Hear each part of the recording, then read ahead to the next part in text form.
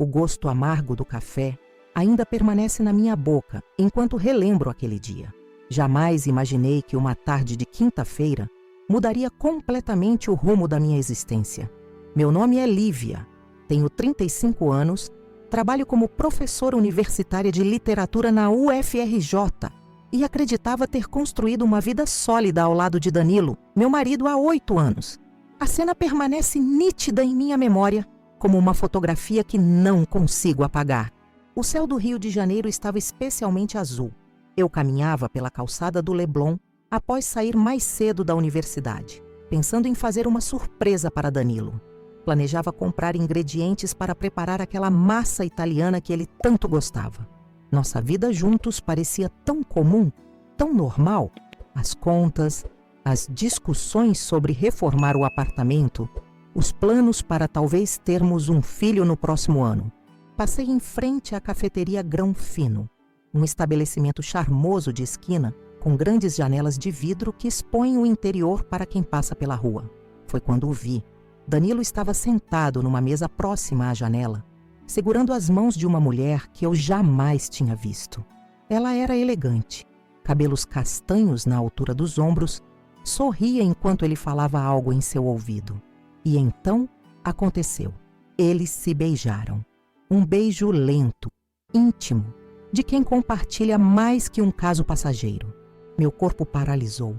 Senti o sangue fugir do meu rosto. Minhas mãos começaram a tremer. A bolsa escorregou do meu ombro e caiu no chão. Uma senhora que passava perguntou se eu estava bem, mas sua voz soava distante, como se eu estivesse submersa. Não consegui responder. Meus pés se moveram automaticamente para dentro da cafeteria. O aroma de grãos recém-moídos, que normalmente me agradaria, revirou meu estômago. Caminhei entre as mesas, ignorando os olhares curiosos dos outros clientes. Algo dentro de mim queria gritar, quebrar xícaras, fazer uma cena.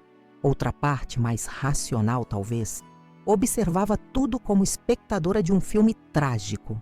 Quando cheguei à mesa deles, Danilo não me viu imediatamente. Continuava falando algo para ela, sorrindo daquele jeito que eu conhecia tão bem. O mesmo sorriso que me conquistou numa festa da faculdade, o mesmo sorriso que iluminou nosso casamento na praia de Ipanema.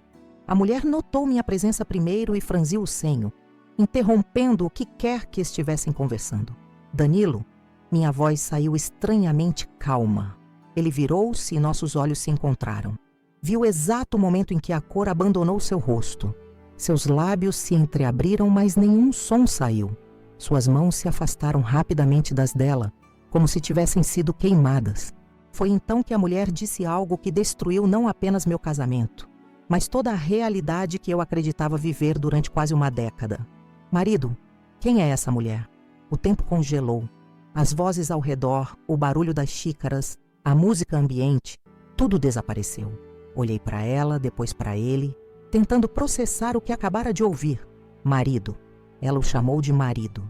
Não era uma amante casual. Era outra esposa. Como assim, marido? Perguntei, minha voz finalmente encontrando a raiva que crescia dentro do meu peito. Danilo, o que está acontecendo aqui? A mulher olhou para ele, confusa, e depois para mim. Desculpe, mas quem é você? Conhece meu marido? Seu marido? Repeti, sentindo um riso histérico borbulhar na garganta. Ele é meu marido. Estamos casados há 8 anos. O rosto dela transformou-se numa expressão que eu conhecia bem. Era a mesma que devia estar estampada no meu. Choque, traição, incredulidade. Ela largou a xícara que segurava, derramando café na mesa. Isso é algum tipo de brincadeira? Ela perguntou, sua voz tremendo ligeiramente. Danilo finalmente reagiu. Levantou-se abruptamente, derrubando a cadeira atrás dele. Suas mãos tremiam. Gotas de suor já se formavam em sua testa. Lívia, eu posso explicar? Ele começou, usando aquele tom conciliador que sempre empregava quando esquecia nosso aniversário ou chegava tarde de uma reunião. Não é o que você está pensando. Não me venha com essa frase clichê, respondi, surpreendendo a mim mesma com a frieza na minha voz. Ela acabou de te chamar de marido, Danilo. A mulher se levantou também, recolhendo sua bolsa. Meu nome é Renata, ela disse. Não para Danilo, mas para mim. Estamos casados há 3 anos. Tenho documentos, fotos, tudo. Sua voz tremia, mas havia uma firmeza nela que me fez acreditar instantaneamente. As pessoas nas mesas ao redor começaram a observar nossa cena. Uma garçonete se aproximou perguntando se estava tudo bem. Ignorei-a. Como isso é possível? Perguntei, mais para mim mesma que para qualquer um deles. Foi então que notei algo no comportamento de Danilo. Não era apenas o nervosismo de um homem pego em flagrante numa traição comum. Havia pavor em seus olhos. Um medo profundo, visceral. O tipo de medo de alguém cujo mundo está prestes a desmoronar completamente.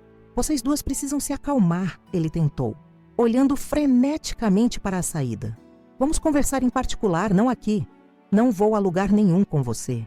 Renata e eu dissemos quase em uníssono, o que criou um momento surreal de conexão instantânea entre nós duas. Naquele instante, o celular de Danilo começou a tocar. Ele o tirou do bolso, olhou para a tela e empalideceu ainda mais. Desligou sem atender. Depois tocou novamente. E de novo. Ele recusou todas as chamadas com movimentos cada vez mais nervosos. Quem está ligando, Danilo? Perguntei, um arrepio subindo pela minha espinha. Outra esposa? Ele não respondeu, mas seu silêncio foi resposta suficiente. Renata pegou o celular dele da mesa com um movimento rápido que ele não conseguiu impedir. Olhou para a tela antes que ele pudesse tomar de volta. Quem é a Adriana? Ela perguntou, sua voz agora mais firme, a incredulidade dando lugar à raiva. Foi nesse momento que comecei a perceber a dimensão do que estava acontecendo. Isso não era apenas uma traição. Era algo muito maior, muito mais calculado e perverso. As peças começavam a se encaixar. As viagens frequentes a trabalho, os horários estranhos, as ligações que ele sempre atendia em outro cômodo, o jeito como protegia o celular. Quanto tempo você planejava manter isso, Danilo? Perguntei, sentindo lágrimas quentes escorrerem pelo meu rosto, mas minha voz não demonstrava fraqueza. Quanto tempo você pensou que poderia viver esta farsa? Danilo abriu a boca várias vezes, mas nenhuma explicação coerente saía. Suas mãos continuavam tremendo, derrubando o restante do café na mesa, manchando a toalha branca com respingos marrons que se espalhavam como as mentiras em nossa vida. O gerente da cafeteria se aproximou, pedindo discretamente que resolvêssemos nossos problemas em outro lugar. Renata, ainda segurando o celular de Danilo, parecia tão perdida quanto eu. Vamos embora daqui, sugeria ela, surpreendendo a mim mesma com a solidariedade instantânea que senti por esta estranha, que minutos atrás eu consideraria uma inimiga. Ela concordou com um aceno de cabeça. Danilo tentou nos impedir, agarrando meu braço com força suficiente para deixar marcas. Lívia, por favor, não faça isso. Eu posso explicar tudo. Sua voz soava desesperada, quase infantil. Tirei sua mão de mim, rosnei entre dentes, sentindo uma raiva que jamais havia experimentado antes. Você perdeu qualquer direito sobre mim no momento em que decidiu viver esta farsa. Renata jogou o celular dele sobre a mesa com desprezo. Não tenho mais nada a dizer para você, declarou, agarrando sua bolsa com força. Então virou-se para mim. Você vem! Saímos juntas da cafeteria, deixando Danilo para trás, cercado por olhares curiosos e sussurros dos outros clientes. O sol da tarde carioca parecia agora forte demais, ofuscante, como se tentasse iluminar todas as mentiras que permaneceram nas sombras por tanto tempo. Caminhamos em silêncio até um banco de praça próximo, duas estranhas unidas pela traição mais elaborada que poderíamos imaginar. 3 anos. Renata finalmente quebrou o silêncio. Estou com ele há 3 anos. Nos conhecemos em um evento de relações públicas. Ele disse que era solteiro, que tinha acabado de se mudar para o Rio. 8 anos, respondi mecanicamente. Nos conhecemos na faculdade. Ele nunca mencionou você. Ela riu, um som amargo e sem alegria. Como ele conseguiu? Onde ele dizia que estava quando estava com você? Viagens a trabalho, reuniões que duravam a noite toda. A empresa dele exigia muito. Enquanto falava, percebi como fui ingênua, como aceitei todas as desculpas sem questionar. Até que Sol, Renata completou. Ele me disse a mesma coisa. Um calafrio percorreu minha espinha. As coincidências eram muitas. Isso não era apenas um caso, não era um deslize momentâneo. Era uma vida dupla, meticulosamente planejada e executada. Precisamos descobrir mais, falei, tirando meu celular da bolsa com mãos trêmulas. Vou ligar para minha amiga Ângela. Ela é psicóloga, vai saber como lidar com isso. Enquanto discava o número de Ângela, não pude evitar pensar em quantas outras mentiras ele havia contado. Quantos outros aspectos da nossa vida eram falsos. Nosso apartamento no Leblon era realmente nosso. O dinheiro que economizávamos para uma eventual gravidez ainda existia. Ângela atendeu no terceiro toque. Sua voz tranquila foi como um bálsamo para meu estado de choque. Lívia, tudo bem? Não, Ângela, nada está bem. Minha voz falhou e as lágrimas que eu havia contido finalmente transbordaram. Em meio a soluços, expliquei o que havia acontecido. Renata me observava, seus próprios olhos marejados. Onde você está agora? Ângela perguntou, seu tom profissional se misturando com a preocupação da amizade. Numa praça perto da cafeteria Grão Fino, no Leblon. Não volte para casa sozinha, ela instruiu. Posso encontrar vocês duas no meu consultório em 30 minutos. Isso é... Ela hesitou brevemente. Isso é algo muito sério, Lívia. Tem algo muito errado acontecendo. Após desligar, expliquei o plano para Renata. Surpreendentemente, ela concordou imediatamente. Talvez estivéssemos ambas tão perdidas que qualquer direção parecia melhor que ficar paralisada no limbo das mentiras de Danilo. Pegamos um táxi até o consultório de Ângela em Copacabana. Durante o trajeto, o silêncio pesava entre nós. Ocasionalmente, uma de nós soluçava ou secava uma lágrima furtiva. O motorista nos lançava olhares curiosos pelo retrovisor, mas felizmente não tentou puxar conversa. Minha mente fervilhava com perguntas. Como ele administrava duas vidas paralelas? Como pagava por tudo? Onde ficava quando dizia estar viajando? E mais importante, por quê? Que tipo de pessoa consegue viver assim, construindo relacionamentos baseados inteiramente em mentiras? O consultório de Ângela ficava num prédio elegante com vista para o mar. Sua secretária, visivelmente surpresa ao ver duas mulheres em estado de choque, chegando sem agendamento, nos conduziu imediatamente à sala de espera privativa. Minutos depois, Ângela apareceu, seus olhos castanhos exibindo a mesma serenidade que sempre me ajudava nos momentos difíceis. Lívia, ela me abraçou forte, depois estendeu a mão para Renata. Você deve ser Renata. Sinto muito por estarem passando por isso.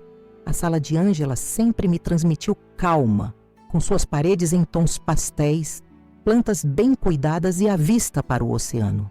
Naquele dia, porém, nem mesmo aquele ambiente acolhedor conseguia diminuir a tempestade dentro de mim. Vocês precisam me contar tudo, Ângela falou, sentando-se em sua poltrona enquanto Renata e eu ocupávamos o sofá. Cada detalhe pode ser importante. E assim começamos a desvendar o mistério. Comparamos histórias, datas, nomes, lugares. Com cada nova informação compartilhada, o retrato de Danilo se transformava diante de nós. O homem carinhoso e dedicado que eu acreditava ter casado desaparecia, dando lugar a um estranho calculista que eu jamais conheci. Ele me disse que era filho único, comentei. Para mim falou que tinha um irmão que morreu jovem, contrapôs Renata. Ele tem alergia a frutos do mar? Não que eu saiba. Comemos camarão semana passada. Interessante. Ele sempre disse que poderia morrer se comesse camarão. Cada contradição era como uma pequena facada. 8 anos de minha vida dedicados a alguém que, aparentemente, não existia. Onde vocês moram? Perguntou Ângela, tomando notas em seu caderno. Apartamento no Leblon, respondi. Flat em Botafogo, disse Renata ao mesmo tempo. Trocamos olhares incrédulos. Como ele conseguiu manter isso por tanto tempo?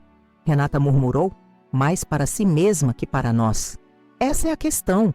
Ângela interveio, colocando o caderno de lado. O nível de elaboração necessário para manter duas vidas separadas, duas residências, duas identidades, isso não é comportamento de um simples traidor ou mentiroso ocasional. O que você está sugerindo? Perguntei, uma sensação gelada se espalhando pelo meu estômago. Estou sugerindo que precisamos descobrir mais, respondeu Ângela cautelosamente. Há um padrão aqui que me preocupa. Vocês precisam verificar seus documentos, contas bancárias, qualquer coisa relacionada a finanças ou propriedades compartilhadas com ele. Você acha que isso vai além de um caso? Renata perguntou, sua voz tremendo ligeiramente. Ângela hesitou, escolhendo as palavras com cuidado. Estou preocupada que isso possa ser um caso de estelionato emocional e financeiro. As palavras pairaram no ar como uma sentença. Estelionato. A ideia era tão absurda que quase ri. Danilo, meu Danilo, um golpista? O homem que me trouxe café na cama nos domingos, que chorou quando nosso cachorro morreu, que sabia exatamente como me confortar após um dia difícil na universidade. Mas então, fragmentos de memórias começaram a se unir. Como ele sempre insistiu para administrar nossas finanças conjuntas. Como desencorajou sutilmente minha amizade com um colega contador que se ofereceu para revisar nossa declaração de imposto de renda. Como reagiu com irritação desproporcional quando encontrei documentos estranhos em sua gaveta. Meu Deus! Sussurrei. Ele tem acesso a todas as minhas contas. Minha herança quando papai faleceu. O financiamento do apartamento está no meu nome. Renata acrescentou, a compreensão do horror crescendo em seu rosto. Ele disse que era melhor assim por questões tributárias da empresa dele. Ângela se levantou determinada.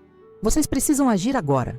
Liguem para seus bancos, cancelem cartões, bloqueiem contas conjuntas e depois acho que precisamos da ajuda de um profissional. Um advogado? Perguntei. Também, Ângela concordou. Mas estava pensando em alguém que possa descobrir a verdadeira extensão desse esquema. Conheço um detetive particular discreto e competente, Paulo Brandão. Passei as horas seguintes num torpor de ações automáticas. Liguei para o banco, expliquei vagamente a situação, congelei as contas conjuntas. Renata fazia o mesmo ao meu lado, ambas apoiando uma a outra nessa jornada surreal.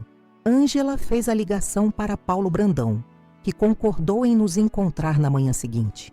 O sol já se punha quando finalmente saímos do consultório. A questão de onde passar a noite pairava sobre nós.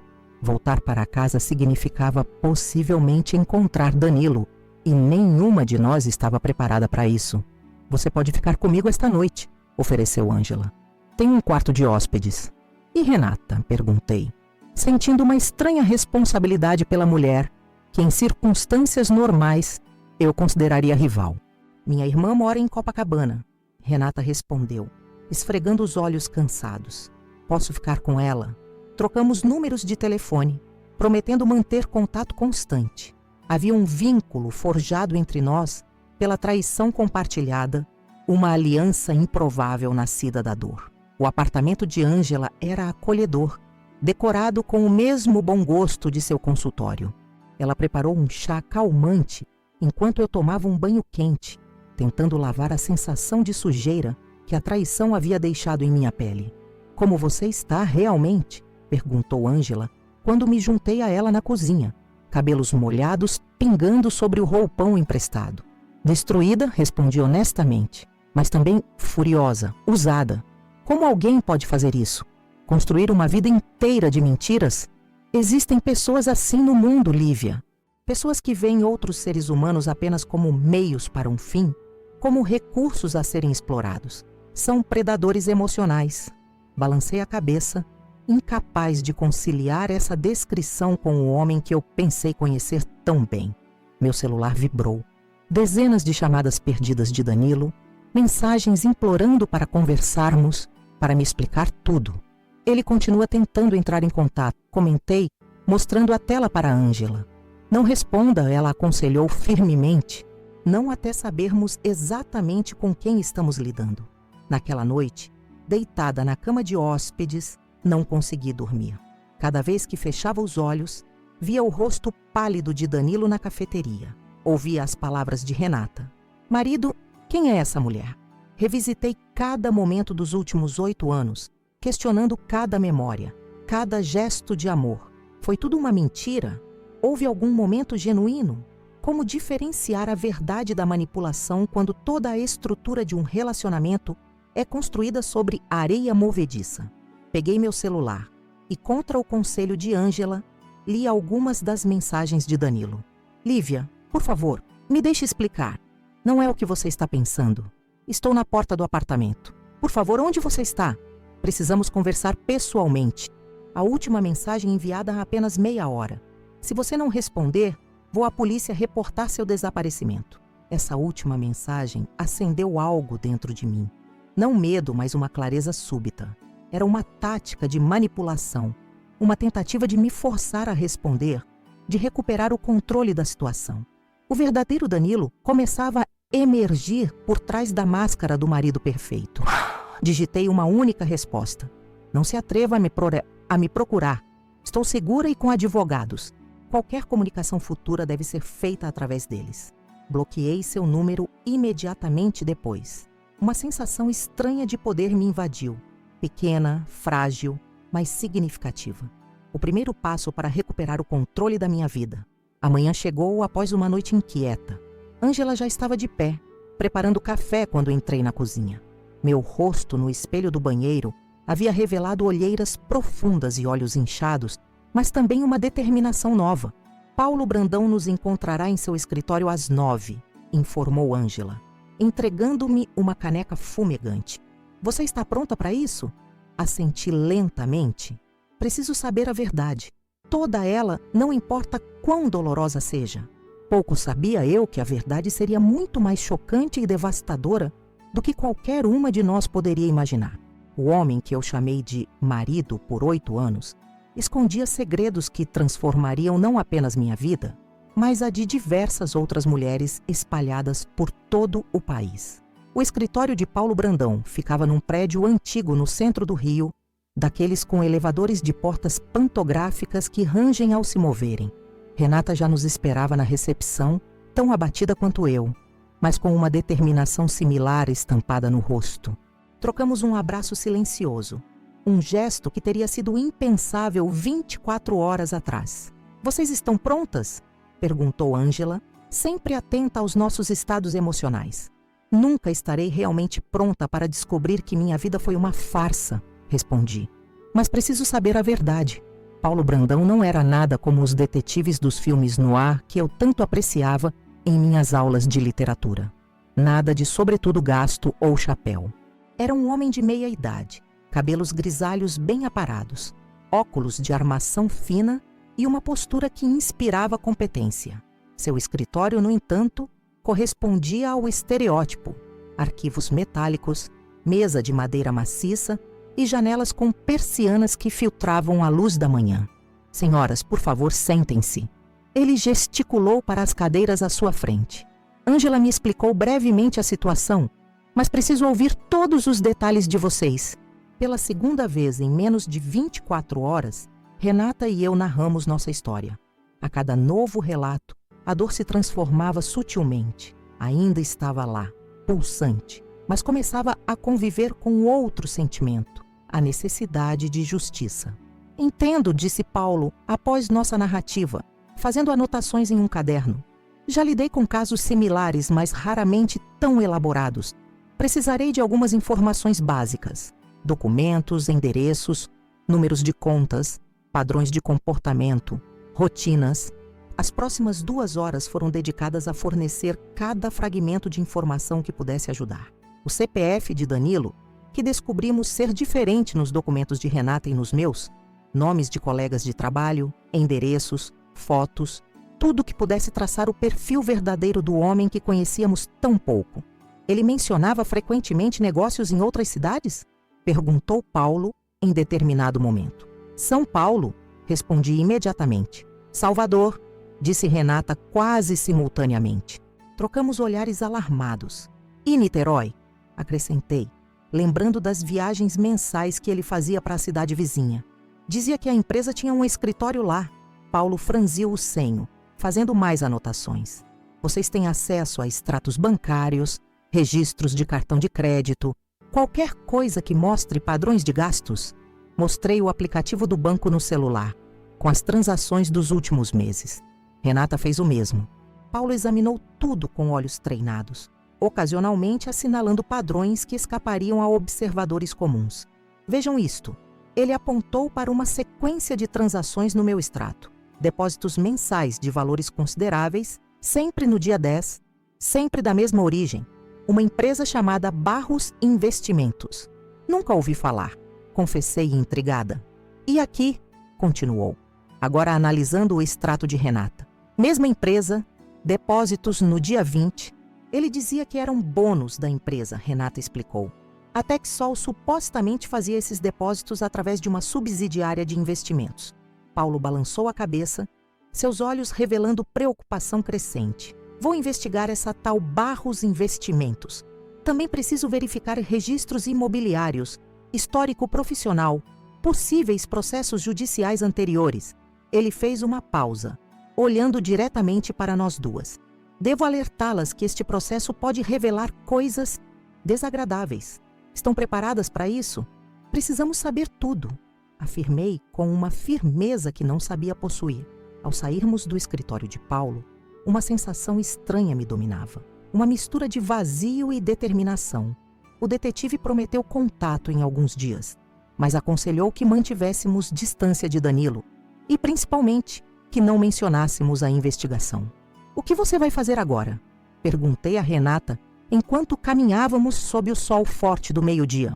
Vou ficar com minha irmã até entender melhor essa situação.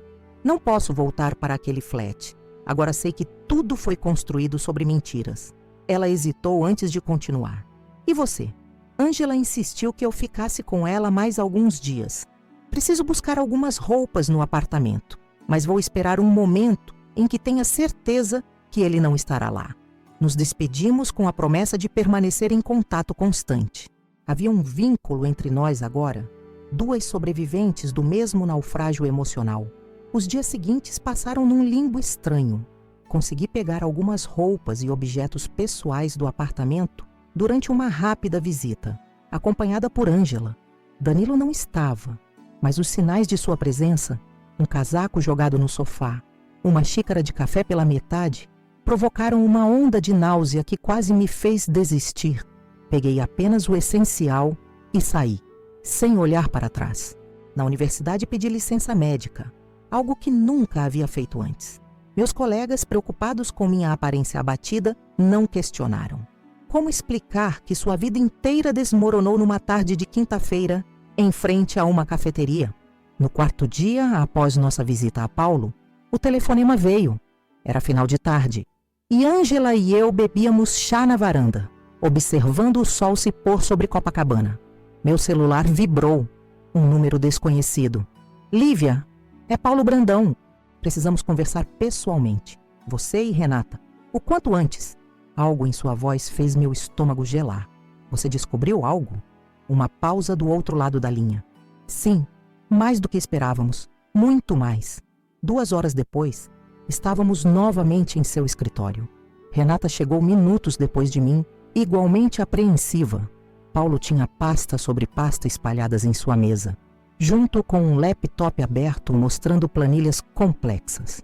Senhoras, ele começou, seu tom profissional mal disfarçando o que parecia ser genuína consternação. O que descobrimos vai além de uma simples vida dupla.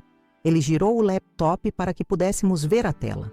Era uma apresentação com fotos, documentos e diagramas organizados meticulosamente. Danilo Barros não é quem vocês pensam que é. Na verdade, nem Danilo Barros é seu nome verdadeiro. Senti como se o ar tivesse sido sugado da sala. Renata agarrou o braço da cadeira com tanta força que seus dedos embranqueceram. Seu nome real é Felipe Monteiro. Nascido em Curitiba, tem um histórico de fraudes financeiras que remontam a pelo menos 15 anos. Paulo começou a mostrar registros policiais, reportagens antigas de jornais, documentos judiciais. Um retrato de um predador metódico e paciente emergia diante de nossos olhos. Ele opera sempre do mesmo modo. Estabelece-se em uma cidade, cria uma identidade respeitável, geralmente como empresário bem-sucedido. Então, começa a cortejar mulheres, sempre mulheres com estabilidade financeira, independentes, muitas vezes profissionais liberais ou acadêmicas. Renata e eu trocamos olhares. A descrição encaixava perfeitamente em nós duas. Após ganhar a confiança delas, estabelece relacionamentos sérios, frequentemente chegando ao casamento. Então começa o processo de isolamento sutil de amigos próximos que poderiam questionar suas histórias. assumindo gradualmente o controle financeiro, sugerindo investimentos conjuntos. A cada palavra de Paulo, flashbacks de meu relacionamento com Danilo, não Felipe, surgiam como peças de um quebra-cabeça sinistro. Como ele sutilmente me afastou de amigos que faziam muitas perguntas. Como insistiu em administrar nossos investimentos conjuntos. Como sempre tinha uma explicação plausível para cada contradição. O mais alarmante, continuou Paulo, seu dedo deslizando para a próxima imagem, é a escala da operação. A tela mostrou um mapa do Brasil com pontos vermelhos marcados em várias cidades. Rio de Janeiro, São Paulo, Salvador, Niterói, Recife. Ele não mantém apenas duas vidas paralelas. Paulo explicou, sua voz grave. Baseado em registros bancários e imobiliários, acreditamos que ele tenha pelo menos 5 famílias simultâneas em diferentes cidades. 5. O número ecoou em minha mente como um sino fúnebre. Não éramos especiais. Éramos apenas recursos, contas bancárias, propriedades a serem exploradas. Peças em um jogo macabro de xadrez financeiro. Como ele consegue administrar tudo isso? Perguntou Renata, sua voz quase inaudível. Organização meticulosa, respondeu Paulo. Cada família tem seu dia da semana, sua rotina. Cada cidade tem sua justificativa para ausências periódicas. É um sistema elaborado que requer dedicação total e ausência completa de empatia. Paulo continuou revelando detalhes. A empresa Texol era parcialmente real. Existia no papel, tinha um escritório modesto, alguns funcionários. Mas seu verdadeiro propósito era lavar dinheiro proveniente dos diversos golpes. A Barros Investimentos, que fazia os depósitos mensais, era simplesmente uma fachada para movimentar dinheiro entre as diferentes vítimas. Em essência, ele pega dinheiro de uma esposa para sustentar a vida com outra. É um esquema de pirâmide emocional e financeiro. Senti lágrimas quentes escorrendo pelo meu rosto, não apenas pela traição pessoal, mas pela magnitude do engano, pela crueldade calculada necessária para sustentar tantas mentiras por tanto tempo. Há mais, Paulo disse hesitante. Encontramos evidências de que ele está preparando sua saída. Como assim? Questionei, secando as lágrimas com as costas da mão. Nos últimos 2 meses, houve transferências significativas para contas offshore, propriedades sendo vendidas discretamente. São padrões clássicos de alguém preparando uma fuga. Ele vai desaparecer, murmurou Renata, a compreensão surgindo em seu rosto. Vai abandonar todas nós depois de sugar tudo o que puder. Paulo assentiu gravemente. É o que tudo indica. O colapso de esquemas como este geralmente segue um padrão. Quando o golpista percebe que não pode mais manter as placas girando, ele coleta o máximo de recursos possível e desaparece, muitas vezes com uma nova identidade, para recomeçar o ciclo em outro lugar. Quanto? Perguntei, minha voz falhando. Quanto ele conseguiu de mim? Paulo consultou suas anotações. Baseado nos registros que conseguimos acessar, aproximadamente R$780 mil nos últimos 5 anos, a maior parte da sua herança, mais empréstimos feitos em seu nome para suposto investimento na empresa. O número me atingiu como um soco no estômago. Quase toda a herança deixada por meu pai, economias que levei anos para acumular, tudo esvaindo-se como água entre os dedos. No meu caso, cerca de 650 mil, acrescentou Renata, sua voz embargada, incluindo o financiamento do flat, que está no meu nome, mas que ele controlava. E as outras mulheres? Perguntei, uma preocupação súbita por essas desconhecidas que compartilhavam nosso destino sem saber. Estamos tentando identificá-las, respondeu Paulo. Tenho alguns nomes e localizações prováveis baseados em registros imobiliários e transações financeiras recorrentes. Precisamos encontrá-las, Renata declarou. Determinação substituindo as lágrimas em seu rosto. Elas merecem saber a verdade antes que ele desapareça com tudo. Paulo assentiu, visivelmente impressionado com nossa reação. A maioria das vítimas, quando descobrem algo assim, entram em colapso. Vocês estão pensando nas outras. Isso é incomum. Quando você tem seu coração quebrado da pior maneira possível, respondi, surpresa com minha própria força. Só resta a solidariedade com quem passa pela mesma dor. As horas seguintes foram dedicadas a traçar estratégias. Paulo sugeriu que registrássemos ocorrências policiais imediatamente. Estelionato emocional não era crime, mas as fraudes financeiras certamente eram. Também recomendou advogados especializados em casos complexos como este. E quanto às outras mulheres? Insisti, ainda preocupada com essas desconhecidas cujas vidas estavam prestes a desmoronar, assim como a minha. Tenho endereços prováveis em Niterói, São Paulo e Salvador, respondeu Paulo. Posso enviar investigadores para confirmar, mas seria melhor se vocês duas... Ele hesitou. Se fôssemos nós a contar, completei entendendo sua relutância. É melhor ouvir algo assim de alguém que passou pela mesma experiência. Renata concordou imediatamente. Eu posso ir a Niterói amanhã mesmo. É perto. E ele raramente vai lá às sextas-feiras. Como você sabe, perguntei curiosa. Ele sempre dizia que sextas eram dias de reuniões internas na empresa, que não podia ser interrompido. Ela explicou. Agora entendo que provavelmente era o dia dedicado a você ou a outra família. A peça final do quebra-cabeça se encaixou em minha mente. Segundas e terças eram os dias em que Danilo frequentemente chegava tarde. Reuniões com clientes, ele explicava. Provavelmente eram os dias de Renata. Quintas e sextas eram meus dias. Os fins de semana alternavam de forma elaborada entre nós, sempre com desculpas meticulosamente construídas para as ausências. Posso verificar São Paulo na próxima semana, eu ofereci. Tenho um congresso acadêmico lá de qualquer forma. Paulo parecia genuinamente impressionado com nossa determinação. Em todos os meus anos de profissão, nunca vi vítimas se unindo assim. Geralmente há raiva, ressentimento mútuo. A culpa não é nossa, Renata afirmou uma nova força em sua voz. A culpa é dele. Somos todas vítimas do mesmo predador. E vítimas deveriam se apoiar, não se atacar. Saímos do escritório de Paulo com um plano de ação concreto e, surpreendentemente, um senso de propósito que não existia dias antes. A dor continuava lá, profunda e latejante, mas agora compartilhada, dividida entre pessoas que realmente entendiam. No táxi, a caminho do apartamento de Ângela, recebi uma mensagem de Danilo. Não, Felipe. O nome verdadeiro ainda soava estranho em minha mente. Lívia, por favor, precisamos conversar. Posso explicar tudo. Estou desesperado. Te amo. Uma onda de náusea me invadiu ao ler as palavras vazias. Como ele conseguia?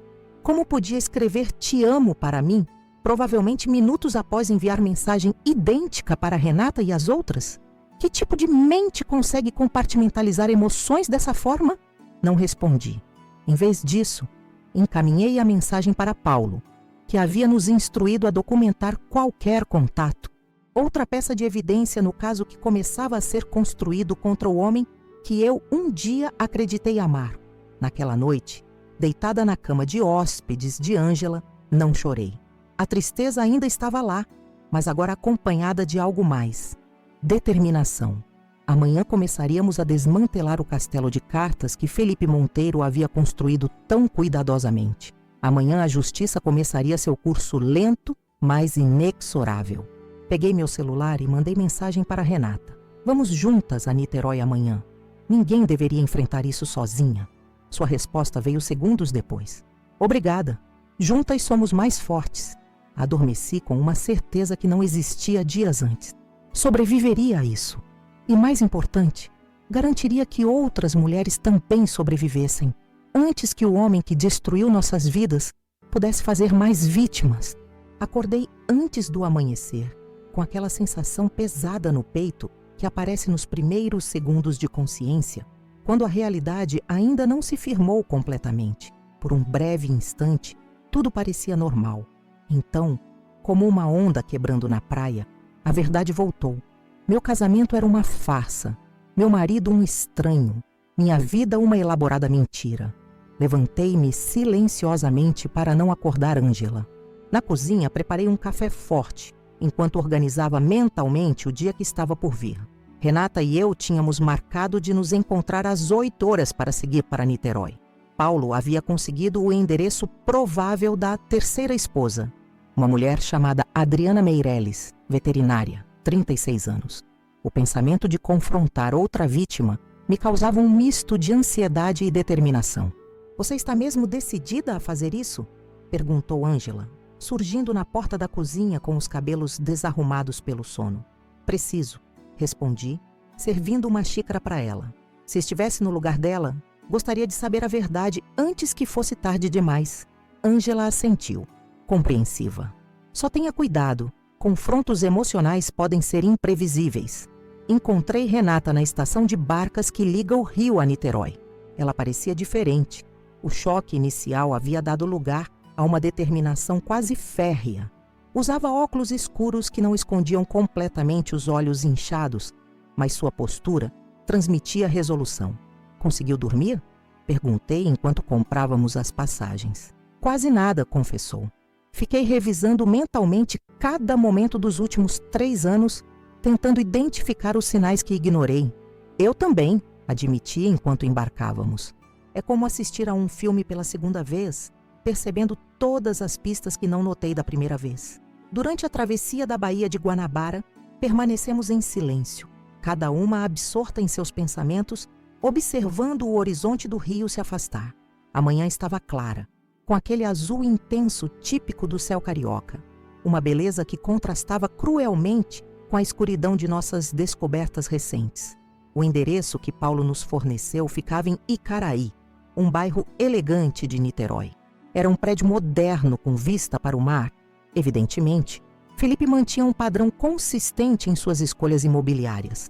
Todas nós morávamos em bairros de classe média alta, em apartamentos com vista privilegiada.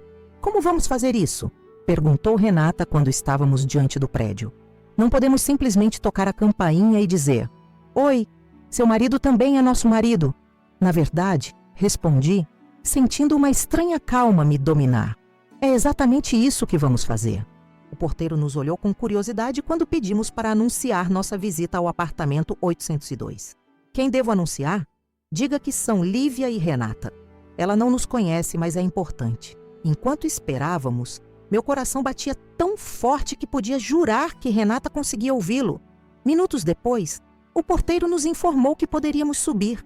No elevador, trocamos olhares tensos. Estamos fazendo a coisa certa, murmurei. Mais para mim mesma que para Renata. Adriana Meirelles era uma mulher bonita, com cabelos escuros presos num coque desalinhado e olhos verdes perspicazes. Usava um jaleco branco sobre roupas casuais.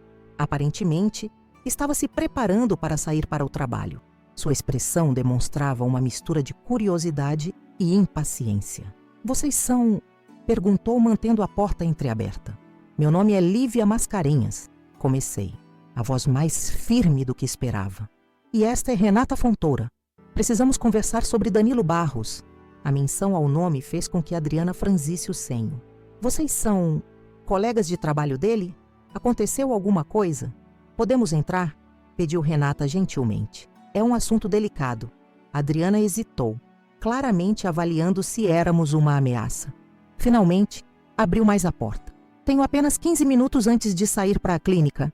O apartamento era impecavelmente decorado, com uma vista deslumbrante para a Baía de Guanabara.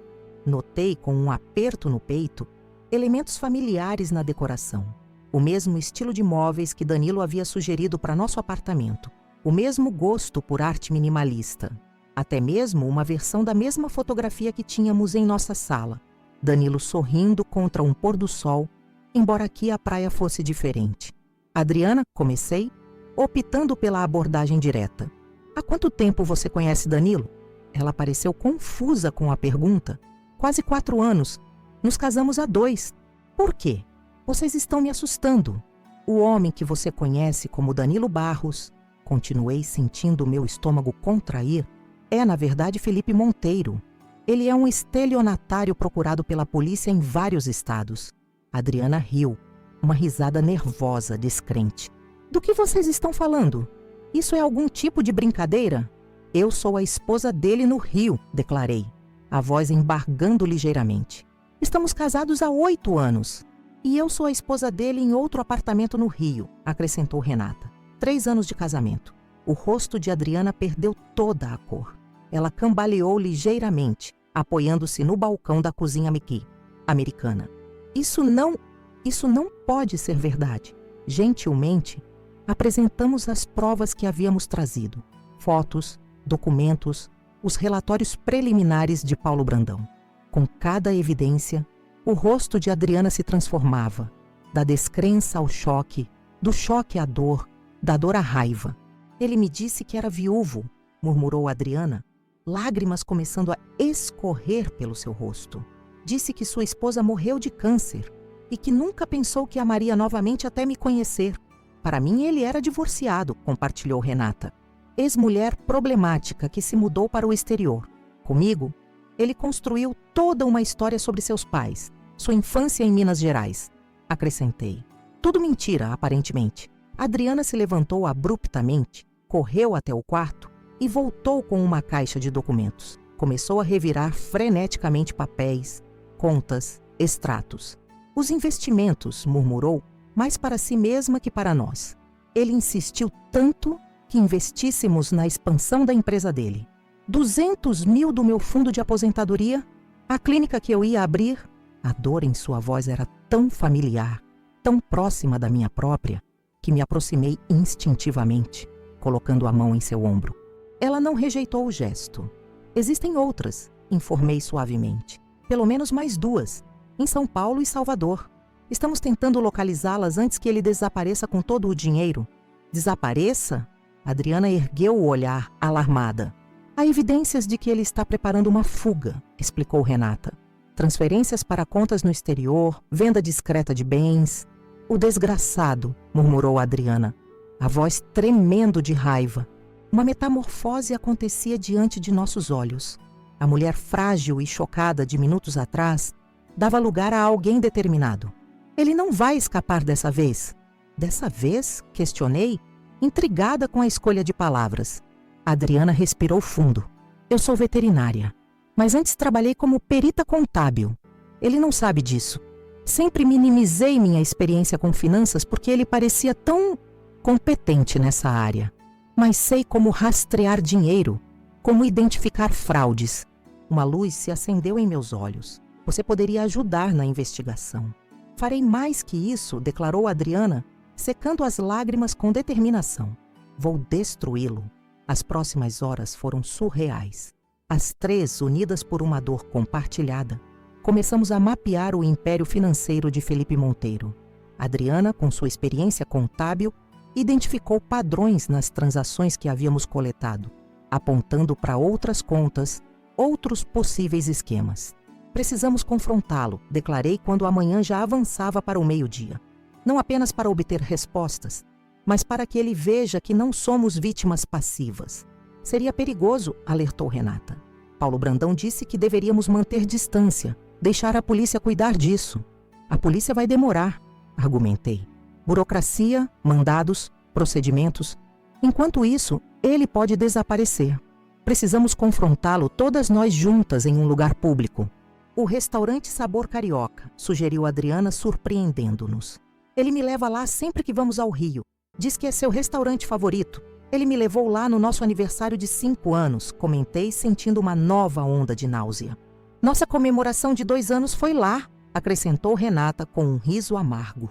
O plano começou a tomar forma. Marcaríamos um encontro no restaurante. Cada uma de nós enviaria uma mensagem solicitando um jantar urgente para discutir nosso relacionamento. Ele certamente não poderia atender a todos os convites, mas também não poderia ignorá-los completamente sem levantar suspeitas. E se ele não aparecer? Questionou Renata. Então vamos até ele, respondi, uma determinação feroz crescendo dentro de mim. O apartamento do Leblon, o flat em Botafogo, aqui, vamos encontrá-lo onde quer que ele esteja. Adriana ligou para a clínica, alegando uma emergência familiar. Reunimos todas as provas, documentos e informações que tínhamos e retornamos ao Rio na barca das 2 da tarde. Durante a travessia, cada uma de nós enviou sua mensagem a Felipe, marcando o encontro no restaurante Sabor Carioca às 7 da noite. Ele vai entrar em pânico, previu Adriana, observando a paisagem da Bahia. Vai perceber que algo está errado quando receber convites idênticos de 3 mulheres diferentes. Exatamente, concordei. E um homem em pânico comete erros. Passamos o restante da tarde no apartamento de Ângela, que ficou visivelmente preocupada com o nosso plano, mas respeitou nossa decisão. Paulo Brandão, quando informado, foi menos compreensivo. Estão colocando em risco toda a investigação, advertiu pelo telefone. Esse homem é perigoso, manipulador. Deixem que as autoridades cuidem disso. Já permitimos que ele controlasse nossas vidas por tempo demais, respondi irredutível. Precisamos retomar esse controle. E começa hoje à noite. Às 6h30, estávamos as 3 sentadas em um táxi em direção ao restaurante Sabor Carioca, em Ipanema. Nenhuma de nós havia recebido resposta de Felipe às mensagens. Um silêncio que poderia significar muitas coisas. E se ele já tiver fugido? Perguntou Renata, expressando o temor que todas compartilhávamos. Então vamos à polícia imediatamente com tudo que temos, respondeu Adriana. Mas duvido. Homens como ele são confiantes demais. Acreditam que nunca serão pegos. O restaurante estava cheio, como sempre nas noites de sexta-feira. Escolhemos uma mesa no fundo com visão para a entrada e pedimos água. Nenhuma de nós tinha apetite para mais que isso. Às 7h10, quando começávamos a pensar que ele não apareceria, Felipe, entrou no restaurante. Estava pálido. Olheiras profundas marcavam seu rosto, geralmente bem cuidado.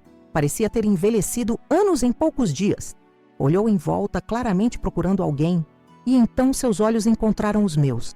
Por um momento ele congelou.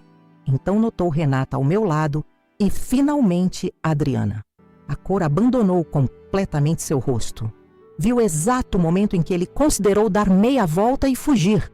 Ele vai correr, murmurou Renata. Não vai, garantiu Adriana, discretamente acenando para o segurança do restaurante, com quem havíamos conversado previamente, alegando uma potencial situação de violência doméstica. O segurança, um homem corpulento, posicionou-se estrategicamente próximo à entrada. Felipe percebeu que estava encurralado. Após um momento de hesitação, caminhou lentamente até nossa mesa, como um condenado indo para o cadafalso. Que surpresa agradável, disse ele, tentando manter a compostura, um sorriso fraco e artificial nos lábios. Vejo que vocês se conheceram. Sente-se, Felipe, ordenei, enfatizando o seu nome verdadeiro. Ele estremeceu ao ouvir o nome, mas obedeceu, ocupando a única cadeira vazia na mesa. Ou prefere Carlos? Ou Roberto? Quantos nomes você usa atualmente? Perguntou Adriana, sua voz fria como gelo. Olhem, sei que parece ruim, começou ele, alternando entre diferentes expressões faciais, claramente tentando decidir qual persona adotar. Mas posso explicar tudo. As circunstâncias que vocês desconhecem. Poupe-nos, interrompeu Renata. Sabemos de tudo. Sobre as 5 famílias, os esquemas financeiros, as transferências para o exterior. Sabemos quem você realmente é, Felipe Monteiro. Ele empalideceu ainda mais. Se é que isso era possível. Seus olhos moviam-se rapidamente, calculando, avaliando saídas. Quanto vocês querem? Perguntou finalmente, baixando a voz. Podemos resolver isso civilizadamente. Tenho recursos, posso compensá-las. Nosso dinheiro, você quer dizer? Rebati, sentindo a raiva ferver dentro de mim.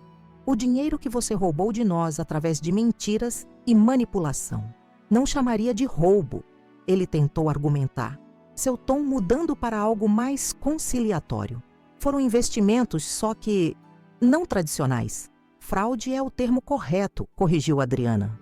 E tem consequências legais sérias. O rosto dele endureceu. A máscara de charme e conciliação caía aos pedaços. O que exatamente vocês querem? Queremos respostas, declarei, inclinando-me para a frente. Por quê? Por que construir esse esquema elaborado? Por que não simplesmente aplicar golpes comuns, mais rápidos? Por um momento pensei que ele não responderia. Então, com um suspiro, ele falou: golpes comuns têm retorno limitado. Este método é mais sustentável. Cria confiança, acesso a recursos contínuos. E ele hesitou. Há um certo desafio intelectual em manter tudo funcionando. Desafio intelectual? Repetiu Renata, incrédula. Você destruiu nossas vidas por um desafio intelectual? Vocês não estão destruídas, ele respondeu com uma frieza que me chocou. São mulheres fortes, independentes. É por isso que as escolhi. Vão superar, seguir em frente. E as outras? Perguntei. Em São Paulo, Salvador. Quantas exatamente? Ele hesitou, claramente calculando se deveria mentir ou não. 5 no total, vocês 3 mais 2. Nomes, exigiu Adriana. Endereços? Por que eu forneceria isso? Ele questionou, um leve sorriso surgindo em seus lábios. Qual seria meu benefício? Redução de pena, talvez? Sugeri blefando. Estamos gravando esta conversa. Cooperação com as autoridades sempre é vista com bons olhos. Seu olhar dardejou entre nós, avaliando a veracidade da afirmação. Finalmente suspirou. Patrícia Lima, em São Paulo. Economista. Helena Vieira, em Salvador. Arquiteta. Anotei rapidamente os nomes e os endereços que ele forneceu relutantemente. E agora? Ele perguntou, recuperando parte de sua arrogância. Vão me entregar à polícia? Devo lembrá-las que não há provas concretas de fraude. Posso alegar que foram empréstimos consensuais, investimentos legítimos que deram errado.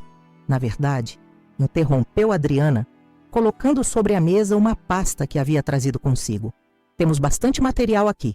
Registros de transferências, documentos falsificados, evidências de identidades múltiplas. Suficiente para iniciar uma investigação detalhada. A confiança no rosto dele vacilou. Vocês não fariam isso? Seria um escândalo público suas reputações? Nossas reputações? Exclamei, incapaz de conter a indignação. Nós somos as vítimas aqui, Felipe. Vítimas de um predador meticuloso que dedicou anos a nos manipular e roubar. Já registramos ocorrências policiais, informou Renata. Outra mentira estratégica. A polícia deve estar a caminho do seu flat em Botafogo agora mesmo com um mandado de busca. Ele se agitou visivelmente, olhando para o relógio. Isso é ridículo. Vocês não têm ideia do que estão fazendo. Pelo contrário, respondi sentindo uma calma estranha. É a primeira vez em anos que sei exatamente o que estou fazendo. Estou retomando o controle da minha vida. Vou embora, ele declarou, levantando-se abruptamente. Esta conversa não está levando a nada produtivo. Se sair por aquela porta, advertiu Adriana. A próxima vez que nos encontrarmos será em um tribunal. Ele hesitou, dividido entre a fuga e a tentativa de controlar os danos. Uma última chance, me ofereci, surpreendendo até a mim mesma. Devolva nosso dinheiro, todo ele, e talvez possamos chegar a um acordo que não envolva prisão. Por um momento, um lampejo de consideração passou por seus olhos. Então ele sorriu. Aquele sorriso encantador que um dia me conquistou, agora parecendo sinistro e vazio. Vocês não têm como provar nada, declarou com confiança renovada. Foi bom vê-las, senhoras. Não tentem me contatar novamente. E com isso ele se virou e caminhou para a saída. O segurança nos olhou, questionando se deveria detê-lo. Balancei a cabeça negativamente. Deixamos que ele saísse, mas não antes de Adriana discretamente fotografá-lo com seu celular. Por que deixaram ele ir? Perguntou o segurança, aproximando-se de nossa mesa. Porque agora temos tudo o que precisamos, respondeu Adriana, mostrando-nos seu celular. Gravei toda a conversa. Ele confessou as identidades falsas, os outros relacionamentos, tudo. Um sorriso lento se formou em meu rosto. O confronto não havia saído exatamente como planejado, mas tínhamos algo talvez mais valioso. A confissão de Felipe Monteiro, capturada para sempre em áudio digital. Amanhã vamos à Polícia Federal, decidi. Isso não é apenas um caso de estelionato comum, cruza fronteiras estaduais, envolve múltiplas jurisdições. E as outras mulheres? Perguntou Renata. Vamos encontrá-las, prometi. Todas nós merecemos justiça. Passamos aquela noite no apartamento de Ângela, as 3 juntas, analisando meticulosamente a gravação que Adriana havia feito. A voz de Felipe soava estranhamente distante para mim agora, como se pertencesse a um estranho, o que de fato ele era. Ouvir suas confissões reproduzidas no silêncio da sala de Ângela trouxe uma sensação contraditória. Dor pela confirmação definitiva de suas mentiras, mas também um estranho alívio por finalmente conhecer a verdade. Isso é ouro puro para qualquer investigação, comentou Adriana, sua experiência como perita contábil evidente na forma metódica como destacava cada trecho incriminador. Ainda não consigo acreditar na frieza dele, murmurou Renata, encolhida no sofá com uma xícara de chá nas mãos. A forma como falou de nós como investimentos. Sociopatas são assim, explicou Ângela, que acompanhava nossa análise com olhos profissionais. Ausência de empatia, capacidade de compartimentalizar emoções. Para ele, nós éramos literalmente ativos em uma carteira de investimentos humanos. Dormi pouco naquela noite, apesar do cansaço emocional. A adrenalina do confronto ainda corria em minhas veias e minha mente fervilhava com os próximos passos. Na manhã seguinte, sábado, Paulo Brandão apareceu cedo no apartamento, visivelmente irritado com nossa iniciativa de confrontar Felipe, mas igualmente impressionado com o resultado. Vocês tiveram sorte, advertiu ele após ouvir a gravação. Homens como ele podem se tornar perigosos quando encurralados. O que fazemos agora? Perguntei, passando manteiga em uma torrada que sabia que não conseguiria comer. Vamos à Polícia Federal, respondeu Paulo decisivamente. Este é um caso interestadual, possivelmente com ramificações internacionais, considerando as transferências offshore. Eles têm jurisdição e recursos para lidar com algo desta magnitude. 2 horas depois, estávamos sentadas em uma sala austera na sede da Polícia Federal no Rio. O delegado Marcos Tavares nos recebeu com a seriedade que o caso merecia. Um homem de meia idade com olhos perspicazes que pareciam enxergar através de qualquer mentira. Apresentamos nossa história, as evidências coletadas, a gravação do restaurante. Impressionante trabalho investigativo, comentou ele após ouvir tudo. Raramente vemos vítimas tão organizadas e determinadas. Não tínhamos escolha, respondi. Ele estava prestes a desaparecer com tudo. E provavelmente ainda tentará, alertou o delegado. Se ele seguir o padrão típico desses golpistas, já deve estar em movimento. Vamos emitir um alerta imediato. Enquanto assinávamos nossos depoimentos formais, uma agente entrou apressadamente na sala, sussurrando algo no ouvido do delegado. Seu rosto endureceu.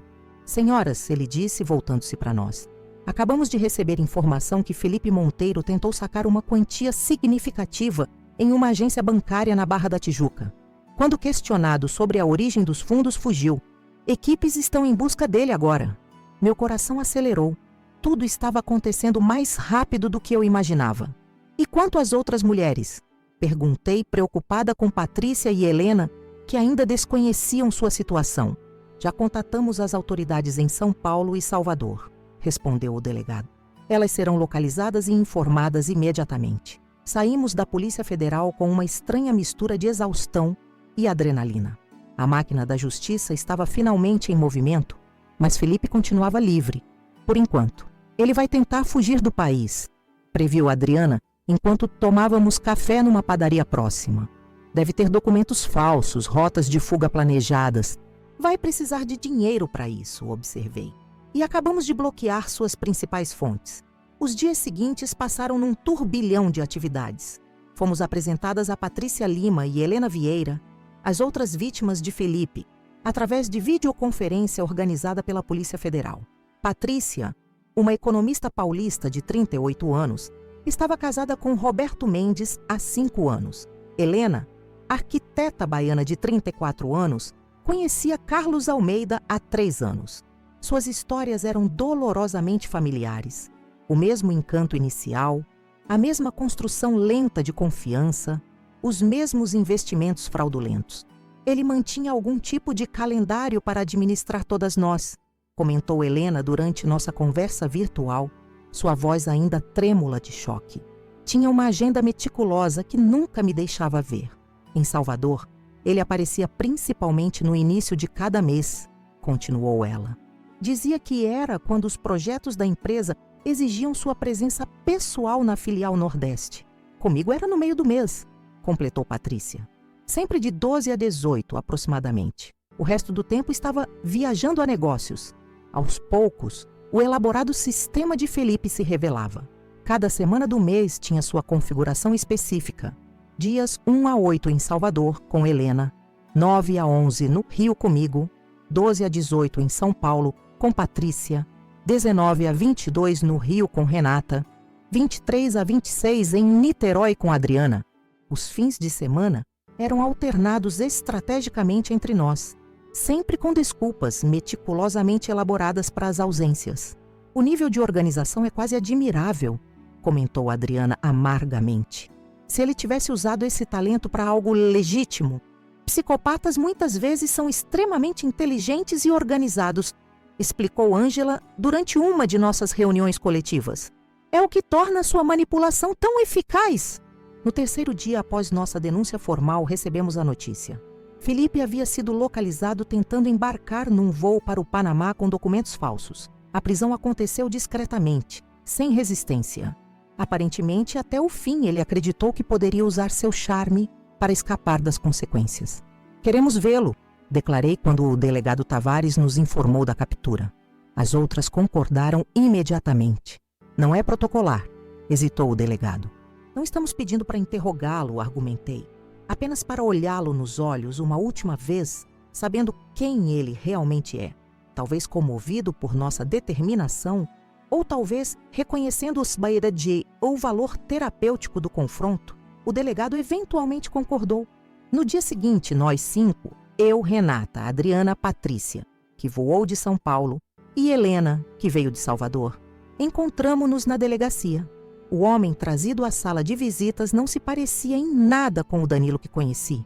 Sem seu charme calculado, sem seu guarda-roupa impecável, sem sua confiança magnética, Felipe Monteiro parecia menor, comum, quase insignificante. Usava um uniforme padrão de detenção e tinha olheiras profundas sob os olhos. Quando nos viu, todas nós juntas, lado a lado, algo em seu rosto mudou. Um lampejo de...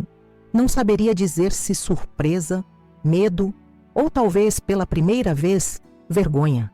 Minhas esposas? Ele tentou sorrir, um último esforço patético para retomar o controle da situação. Reunião familiar? Não somos suas esposas, respondi calmamente. Somos suas vítimas.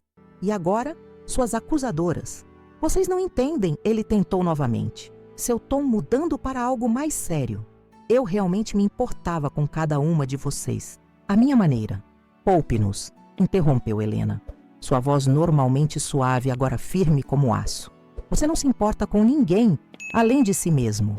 Engraçado, comentou Patrícia, cruzando os braços. Quando te conheci, pensei que tinha encontrado alguém excepcionalmente especial. Agora vejo que você é o mais comum dos criminosos. Ganancioso, covarde e, no fim, previsível. O rosto dele endureceu. A máscara de contrição desaparecendo completamente. Vão precisar de mais que isso para me condenar. Seus advogados já estão cientes da montanha de evidências contra você, interrompeu Adriana, incluindo sua confissão gravada e os registros detalhados de todas as suas transferências fraudulentas que identifiquei. Estão aconselhando-o a fazer um acordo. Por que estão aqui? Ele perguntou finalmente, parecendo genuinamente confuso. Para se vangloriar? Para se vingarem? Estamos aqui, respondi lentamente, para encerrar este capítulo de nossas vidas, para olhar o monstro que assombrou nossos sonhos e ver que ele é apenas um homem patético. Estamos aqui para nos libertarmos de você, Felipe. Ele não respondeu. Pela primeira vez desde que o conheci, Felipe Monteiro parecia sem palavras. Saímos da delegacia juntas, 5 mulheres unidas por uma experiência que ninguém mais poderia compreender completamente. O sol de fim de tarde banhava o Rio de Janeiro, com um brilho dourado que parecia simbólico, o fim de um período de sombras, o início de algo novo. O que vocês farão agora?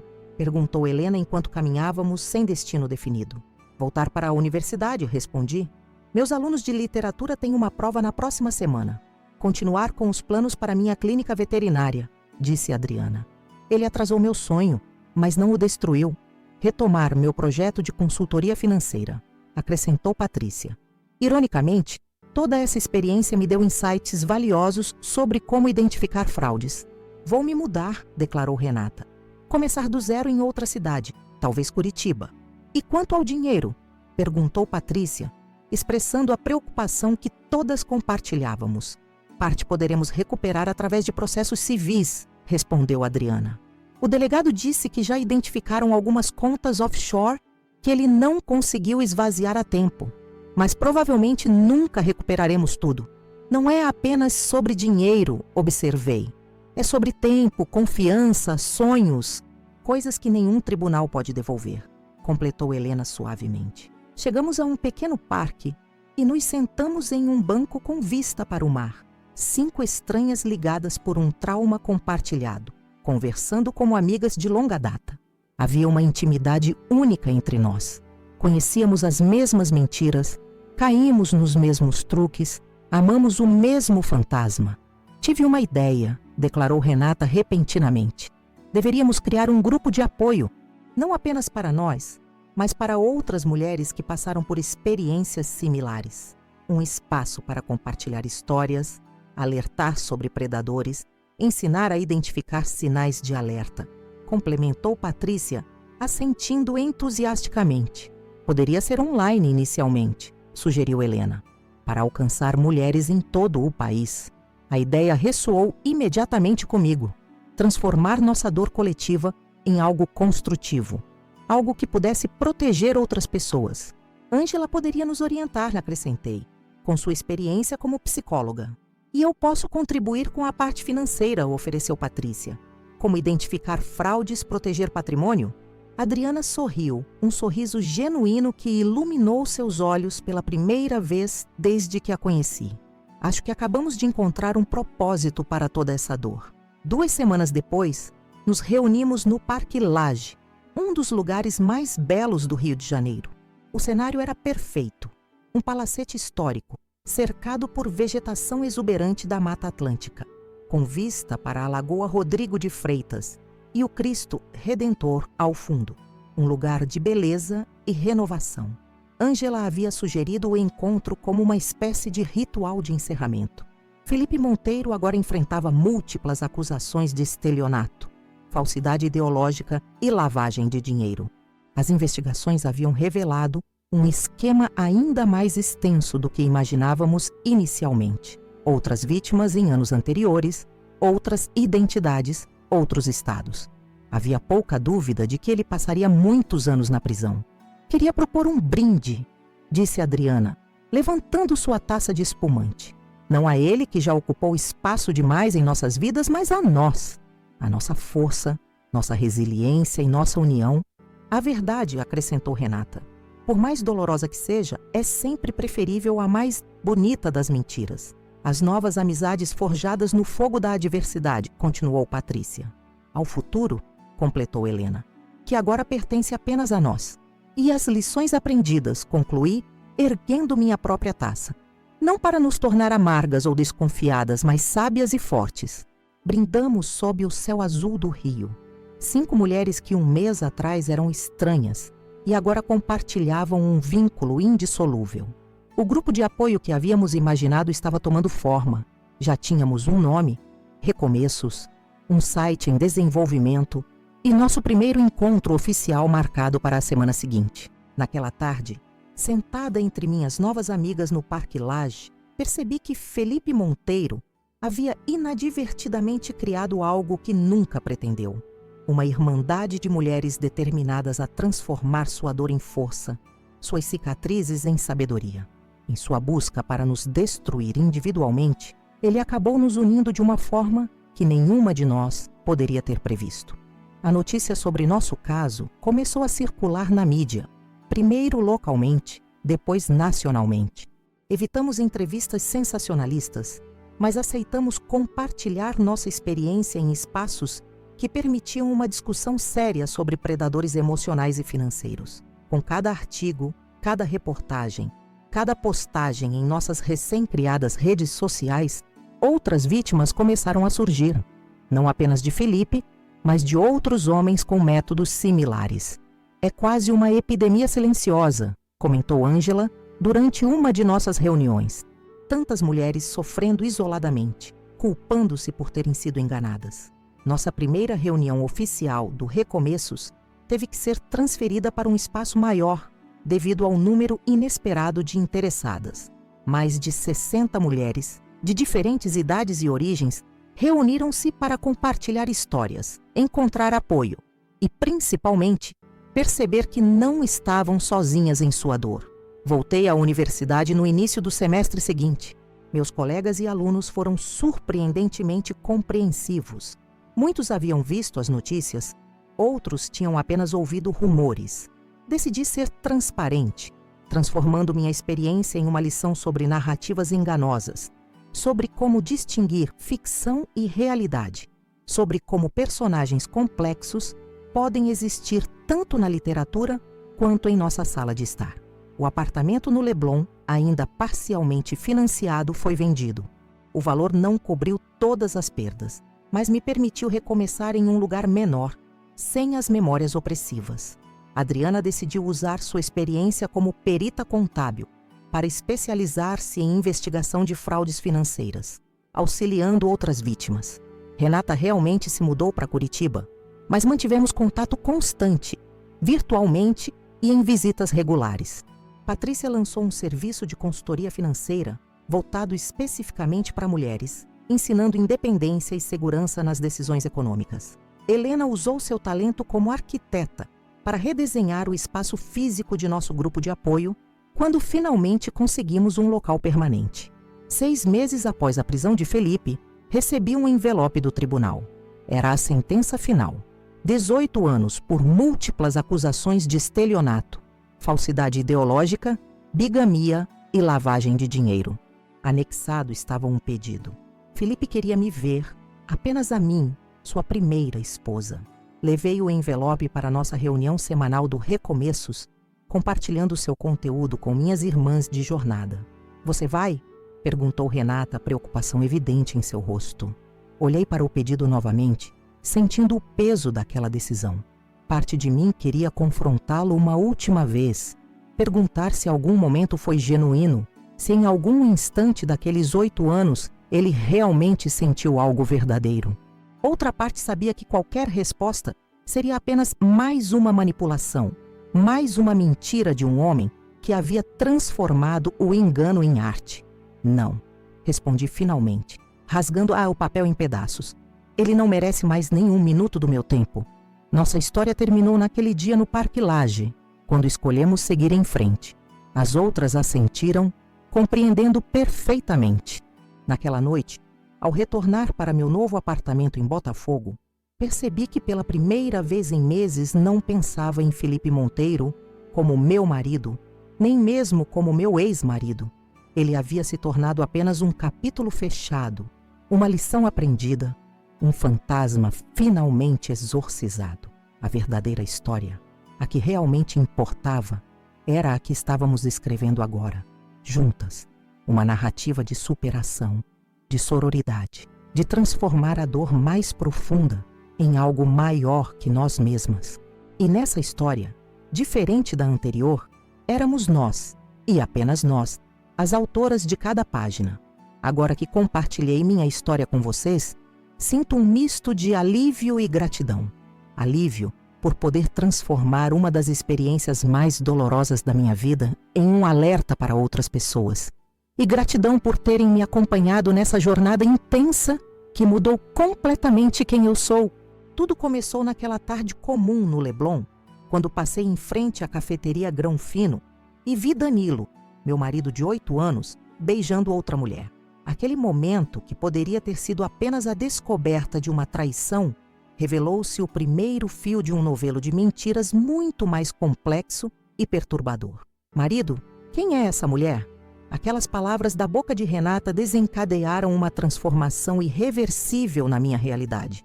De repente, descobri que meu casamento inteiro era uma farsa elaborada, uma construção meticulosa de um homem que nem se chamava Danilo, mas sim Felipe Monteiro, um estelionatário profissional que mantinha 5 famílias simultâneas em diferentes cidades brasileiras. Os dias seguintes foram um turbilhão. Com a ajuda da minha amiga Ângela e do detetive Paulo Brandão, comecei a desvendar a verdadeira extensão do golpe.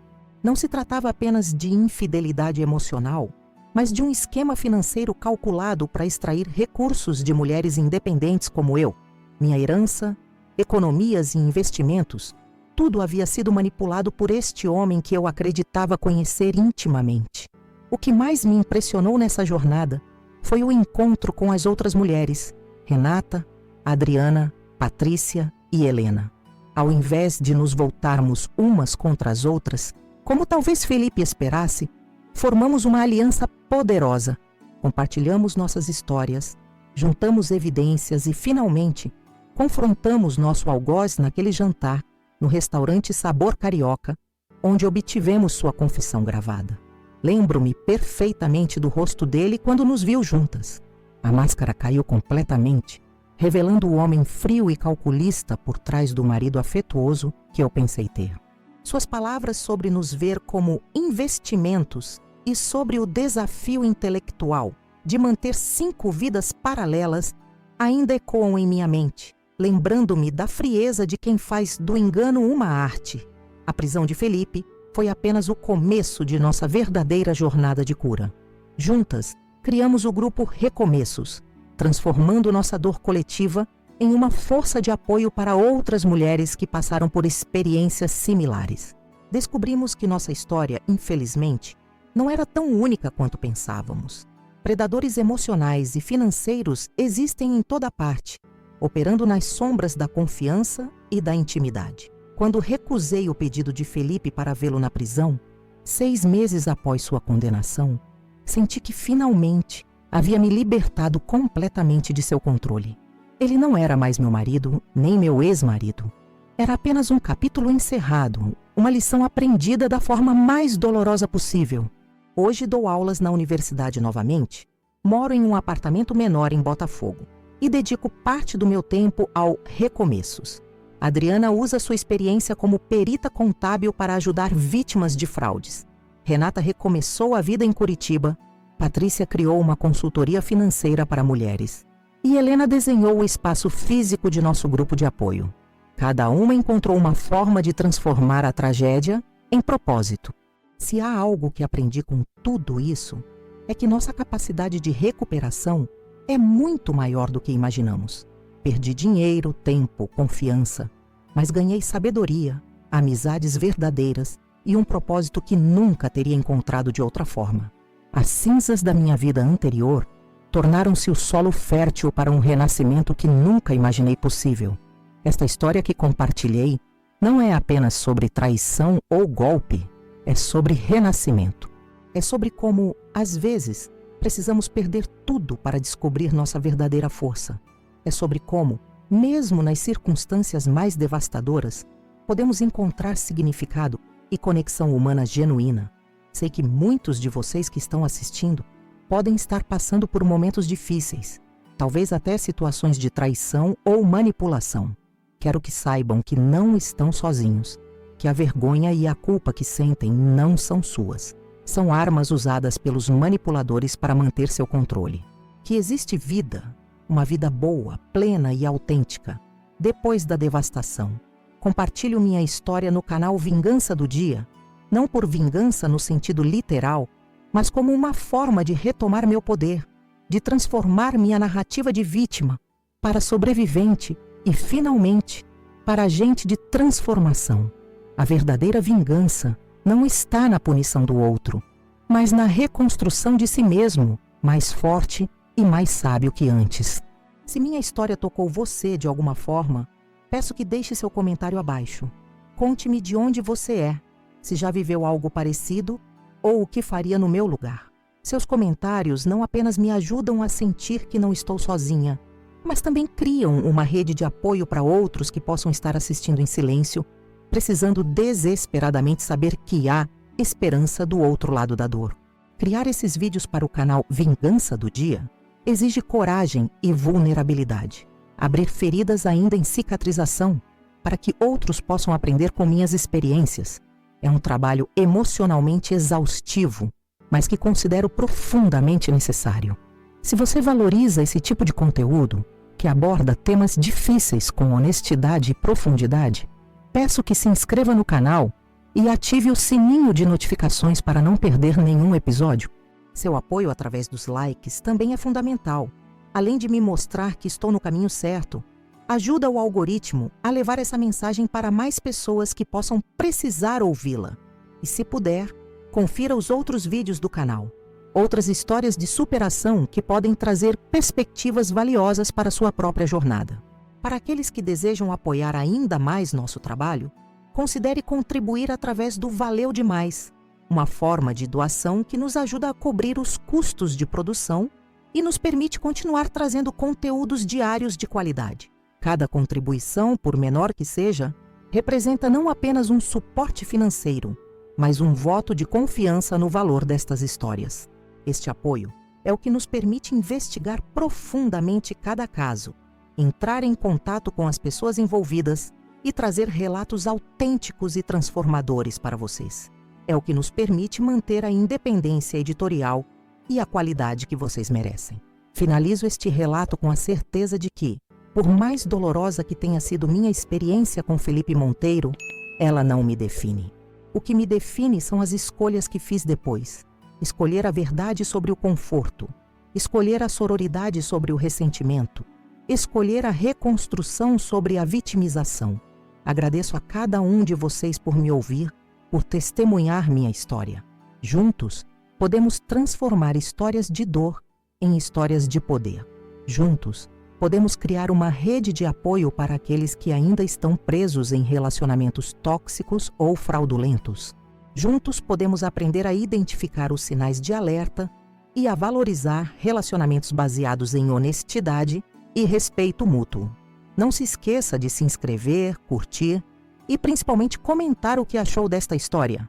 Seus comentários são a alma deste canal e me motivam a continuar compartilhando estas experiências difíceis. Conte-me o que você faria no meu lugar ou compartilhe sua própria jornada de superação. Cada comentário constrói nossa comunidade e fortalece quem está do outro lado da tela, talvez enfrentando sua própria versão desta história neste exato momento. Obrigada por assistir até aqui. Nos vemos no próximo vídeo do canal Vingança do Dia, porque a melhor vingança é viver bem e compartilhar essa força com os outros.